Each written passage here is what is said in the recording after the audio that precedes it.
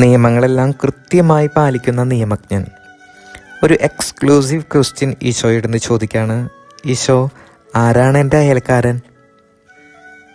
മറ്റൊരു വാക്കിൽ പറഞ്ഞാൽ കുറച്ച് പേര് ഇയാൾക്ക് അയൽക്കാരനല്ല എന്നാണ് ഇതിൻ്റെ അർത്ഥം. ഈശോ അതിന് കൊടുക്കുന്ന ഒരു ഉത്തരം ഒരു ഇൻക്ലൂസീവ് ആൻസറാണ്. അതാണ് നല്ല സമരിയാക്കാരൻ്റെ ഉപമ.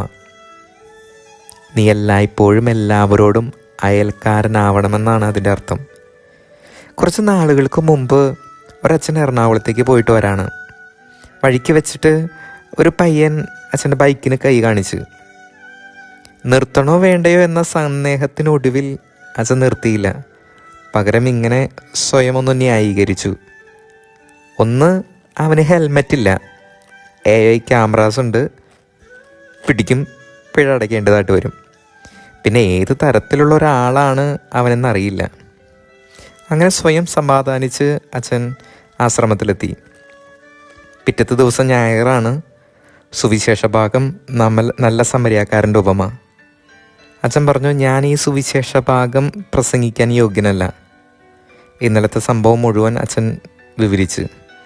കുർബാന കഴിഞ്ഞപ്പോൾ ഒരു ചെറുപ്പക്കാരൻ സങ്കീർത്തിയിലേക്ക് ഓടി വന്നു. അവൻ പറഞ്ഞു, ഇന്നത്തെ അച്ഛൻ്റെ പ്രസംഗം വല്ലാതെ എന്നെ സ്പർശിച്ചു. ആമേൻ.